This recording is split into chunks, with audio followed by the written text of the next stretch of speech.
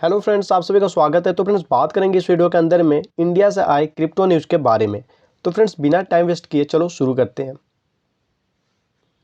तो फ्रेंड्स, सबसे पहले शुरू करते हैं हेडिंग के साथ में। तो यहाँ पर देखो, इंडिया का सेंट्रल बैंक जो गवर्नर, इन्होंने वार्न किया, मतलब कि इंडिया के जो सेंट्रल बैंक मतलब आरबीआई के जो गवर्नर है, इन्होंने वार्न किया क्रिप्टो के बारे में after collapse of Terra Luna UST. तो यहाँ पर कोलैप्स का जिक्र किया जा रहा है, जो कि टेरा लूना और यूएसटी के साथ में हुआ है, और वार्निंग की बात की जा रही है क्रिप्टो को लेकर। तो चलो फ्रेंड्स, अब आएंगे नीचे हम लोग रिपोर्ट में, और पूरी डिटेल्स में यहाँ पर जो जो इस रिपोर्ट में इंफॉर्मेशन निकल कर आएंगी, सबको हम लोग कवर करने वाले हैं। तो फ्रेंड्स, बात करते हैं यहाँ पे डिटेल में। तो यहाँ पर देखो, इंडिया की central bank reserve bank of India ने वार्न किया है आपको क्रिप्टो में इन्वेस्टमेंट को लेकर, जिस तरह से कोलैप्स हुआ है आपको क्रिप्टो करेंसी का टेरा में और आपको स्टेबल कॉइन यूएसटी में। यहाँ पर बोला जा रहा है कि we have been cautioning against crypto and look at what has happened. इनका कहना है किसका, तो आपको गवर्नर शक्तिकांत दास, मतलब आरबीआई के जो गवर्नर हैं, ये कह रहे हैं कि हम सभी पहले से ही क्या कर रहे थे, तो आगाह कर रहे थे, मतलब एक तरह से वार्न कर रहे थे, चेतावनी दे रहे थे क्रिप्टो को लेकर। एंड अब आप देखो कि क्या हो चुका है क्रिप्टो मार्केट में अभी के टाइम पर। वही जो अभी कोलैप्स हुआ है, क्रिप्टो क्रैश है। तो क्रिप्टो क्रैश तो ठीक है था, लेकिन ये जो टेरा बर्बाद हो गया, एक अच्छा खासा वैल्यू था, एक अच्छा खासा क्रिप्टो मार्केट में रैंकिंग थी। उसी तरह से जो स्टेबल कॉइन आपको यूएसटी थी, ये दोनों के कारण से मतलब एक तरह से ये दोनों ने क्रिप्टो पे एक काला धब्बा लगा दिया, मतलब कलंक लगा दिया। तो चलो फ्रेंड्स, अब आएंगे नीचे, और भी बहुत सारी डिटेल्स में यहाँ पर मतलब जो भी निकल कर आएंगी बातें, उसको करेंगे। तो फ्रेंड्स, अब यहाँ पर देखो, जो रिजर्व बैंक के गवर्नर हैं शक्तिकांत दास, इन्होंने यहाँ पे क्रिप्टो मार्केट डाउनटर्न और इसके ऊपर जो क्रिप्टो एसेट्स के ऊपर जो रेगुलेशन है, इसके बारे में एक इंटरव्यू हुआ, उसी में इन्होंने बात की चीज जो है की है। जैसे कि आप यहाँ पे देखो, CNBC TV 18 के साथ मंडे के दिन ये सब जो बातचीत है वो हुई है, और वहीं से ये रिपोर्ट वगैरह निकल कर आ रही है। तो फ्रेंड्स, अब यहाँ पर यही चीज़ इन्होंने बोला, जो अभी जस्ट हम लोगों ने पूछा, मतलब ऊपर में भी डिटेल में पढ़ा है। अब यहाँ पे इन्होंने जोर देते हुए कुछ बात बोला है, जिसको हम लोग देखेंगे। तो फ्रेंड्स, यहाँ पे इस वाले लाइन को थोड़ा सा देखो, क्योंकि उतना भी ज़्यादा खास नहीं है। उसके ऐसा आएंगे नीचे और डिटेल्स में फिर से हम लोग बात करेंगे। तो फ्रेंड्स, अब यहाँ पे तो फ्रेंड्स, यहाँ पर जो डिटेल्स प्रोवाइड किया, इस पर अगर हम लोग बात करें, तो यहाँ पर इन्होंने बोला कि जिस तरह से नवंबर के टाइम में लास्ट ईयर में बात करें, तो आपको पता है किस तरह से जो मार्केट है उसने ऑल टाइम मतलब अपना हाई टच किया था, और 3 ट्रिलियन जो था उस टाइम मार्केट पहुंचा हुआ था। उसके बाद से यहाँ पर इन्होंने बोला कि जो अभी के टाइम पे शुरुआती जो मंथ है, अभी के टाइम पे आपको पता था कि 2 ट्रिलियन के आसपास में मार्केट चल रहा था, मतलब ऑल टाइम हाई पे मार्केट आपको था फ्रेंड्स 3 ट्रिलियन, जब मार्केट पूरे जोर पे था। बीटीसी ने अपने एटीएच को बनाया था लास्ट आपको 2021 के नवंबर में, और वहीं फ्रेंड्स 2 ट्रिलियन चल रहा था इस साल। अगर देखो आप लपेट में, इसी के आसपास में मार्केट हमेशा रहता था।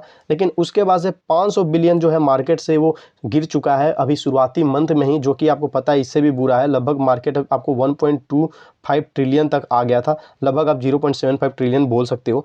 तो फ्रेंड्स, अब यहाँ पे इन्होंने कहा कि जो मार्केट वगैरह हुआ है, तो फ्रेंड्स, अब अगर आप बात करो, तो यहाँ पर देखो, जो मार्केट आपको गिरा है, या मार्केट जो जिस तरह से मंदी वगैरह मार्केट में चल रहा है, उसका इन्होंने बताया कि जो क्रिप्टो करेंसी लूना का फॉल हुआ है, और जो स्टेबल कॉइन टेरा था, मतलब सॉरी स्टेबल कॉइन यूएसटी थी, इन सभी के कारण से मार्केट में मंदी जो है वो बढ़ चुकी है, वो काफ़ी ज़्यादा बढ़ा हुआ है।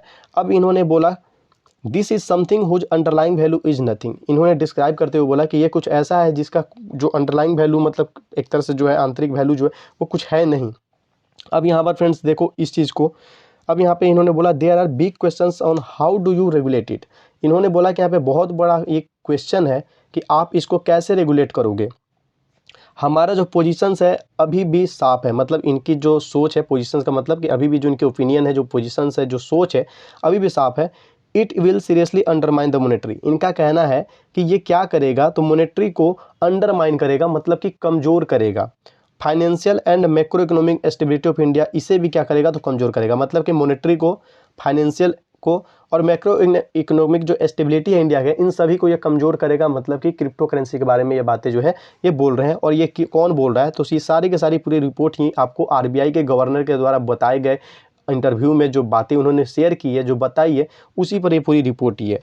तो चलो फ्रेंड्स, अब यहाँ पर थोड़ा सा नीचे आओ, तो यहाँ पर देखो, RBI also recently warned that crypto could lead to the dollarization. तो फ्रेंड्स, अब यहाँ पे ये बोला जा रहा है कि अभी रिसेंट में, और ये वाली मैंने आपको बताया था वीडियो बना के, मुझे याद नहीं है, बट ये वाली न्यूज़ जो है रिसेंट में आई थी, जब आरबीआई के गवर्नर ने वार्न किया था कि ये डॉलरीकरण हो रहा है, मतलब इंडिया का जो इकोनॉमी है ये डॉलरकरण होगा। और वहाँ पे इस रिपोर्ट में इन्होंने ये सब बातें बोली थी कि जितने भी स्टेबल कॉइन है वो सभी क्या है, तो बड़े बड़े एक्सचेंजेस द्वारा बैक है। और मतलब वो बड़े बड़े एक्सचेंजेस या बड़ी बड़ी जो इंस्टीट्यूशंस है वो कहाँ की हैं, तो वो है आपको फॉरेन की। मतलब कोई भी स्टेबल कॉइन जो है वो इंडियन बेस्ड तो है नहीं, तो ये बात सही था। दूसरा चीज़ फ्रेंड्स यहाँ पे ये भी था कि जो जो आपको स्टेबल कॉइन है वो किसके साथ पेरिटी चलाती हैं, तो $1 का जो वैल्यू होता है इसी के इक्वल में आपको जो भी स्टेबल कॉइन होती हैं वो अपना पेरिटी चलाती हैं। इस पे भी ये बात वगैरह हुई थी, तो वही इन्होंने खतरा बताया था कि ये एक थ्रेट है क्रिप्टो करेंसी को। उन्होंने बोला था कि डॉलरकरण कर सकता है इंडियन इकोनॉमी के साथ में, और ये मतलब कुछ दिन पहले की बात है, तो वो यहाँ पर बोला जा रहा है। अब यहाँ पर देखो तो जो गवर्नर है ये बिलीव करते हैं कि Indian government shares the central bank stand on crypto, we have conveyed our position to the government and they will take a considered call. अब यहाँ पे कहना है कि हम जो अपनी पोजीशंस वगैरह हैं, जो ओपिनियन है गवर्नमेंट को साफ साफ बता चुके हैं, अब वो अपना इस पर कंसिडर्ड कॉल मतलब अपना एक्शन जो है वो लेंगे। The central bank chief noted, central bank के जो चीफ ने आगे बोला कि I think the utterance and statements coming out from the government are more or less in sync, they are also equally concerned. तो फ्रेंड्स यहाँ पे इनका कहना है कि जो आपको गवर्नमेंट की तरफ से जो बातें जो निकल कर आ रही हैं वो भी कुछ हद तक इनके जैसा ही है और कुछ हद तक नहीं भी है। मतलब इनका कहना है कि लगभग कॉन्सर्न्ड है गवर्नमेंट भी हमारी बात को, हमारी पोजीशंस को लेकर, हमारी ओपिनियन को लेकर।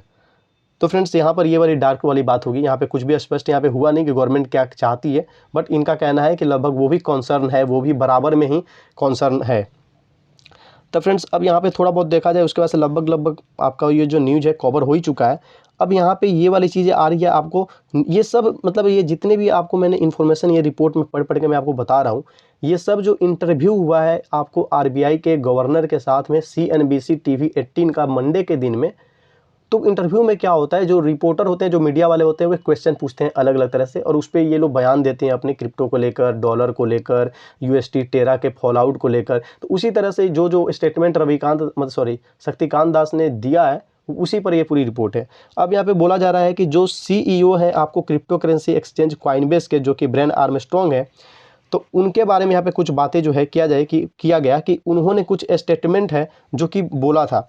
जैसे कि CEO ने क्या बोला था कॉइनबेस के, तो उन्होंने क्लेम किया था कि इंडिया जो डिसेबल किया है पेमेंट UPI, इन्होंने बोला था कि जैसे हमने लॉन्च किया उसके कुछ दिन बाद ही हमारी जो UPI की फीचर थी, जो सर्विस थी, वो इंडिया ने डिसेबल कर दिया था। और इसका उन्होंने कारण बताया था informal pressure from the RBI, कि RBI की तरफ से क्या हो रहा था, तो इनफॉर्मल प्रेशर पड़ रहा था। पूरे खुल के इन्होंने बात नहीं कही थी, लेकिन इन्होंने इतना बात जरूर कहा था।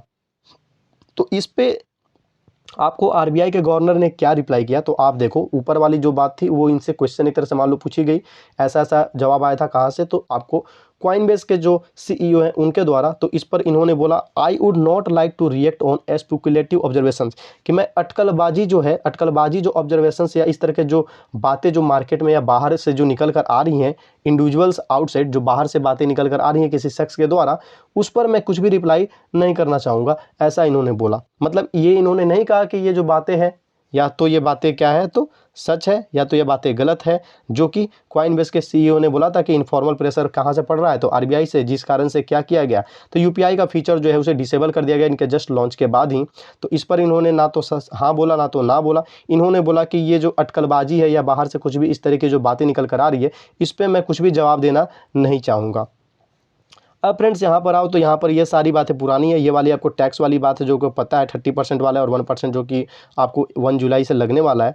और ये वाली बातें आपको आगे क्रिप्टो के ऊपर रेगुलेशन और पॉलिसी के ऊपर में कि कंसल्ट आए दिन हो रहा है किसके साथ, तो इंटरनेशनल मॉनेटरी फंड और वर्ल्ड बैंक के साथ में क्रिप्टो रेगुलेशन के रिगार्डिंग में फाइनेंस मिनिस्टर ऑफिशियल ने बहुत पहले ही ये वाली बातें जो क्लियर कर दी थी कि इसको बनने में थोड़ा टाइम लगने वाला है, और ये आए दिन कंसल्ट वगैरह जो है कर रहे हैं IMF वर्ल्ड बैंक के साथ में। तो फ्रेंड्स लगभग सारी न्यूज़ जो थी मैंने कवर कर दी है। आई होप आपको ये वीडियो जरूर अच्छी लगी, तो प्लीज़ एक लाइक करना, चैनल पर हो तो सब्सक्राइब जरूर करना। मिलते हैं अपने नेक्स्ट वीडियो में।